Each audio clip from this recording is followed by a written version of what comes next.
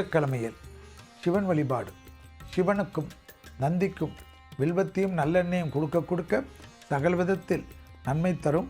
கணவனாக இருந்தால் மனைவியின் உடல்நிலை, மனைவியாக இருந்தால் கணவனின் உடல்நிலை பத்திரமாக பார்த்து கொள்வதும். கண்டிப்பாக மகர ராசிக்காரர்களுக்கு தலைவலி சம்பந்தப்பட்ட, முதுகுவலி சம்பந்தப்பட்ட விஷயத்தில் கவனமாக இருப்பதும், விநாயகரை கும்பிட்டு விட்டு மற்ற தெய்வ வழிபாடுகளை செய்வது விசேஷம். காரிய சித்தி மாலையை கண்டிப்பாக அடுத்த வருடம் வரை தினமும் கேட்க பிரச்சனைகளிலிருந்து வீரியம் கம்மியாகும்.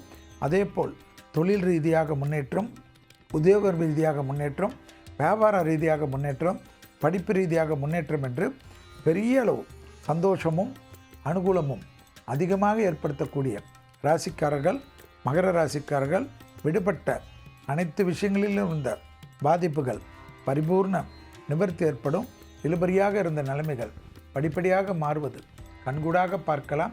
தொலைதூரத்திலிருந்து நல்ல செய்திகள் வருவது ஆச்சரியத்தக்க முன்னேற்றத்தை தரும்.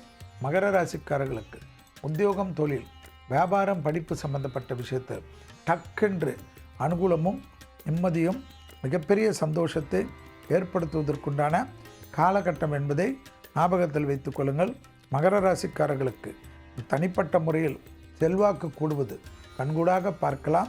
மகர ராசிக்காரர்களுக்கு சுபகாரிய தடைகளும் நிவர்த்தி ஏற்படுத்துவதும், தொழில் அபிரிதமான மாற்றம் நிச்சயம் உண்டு.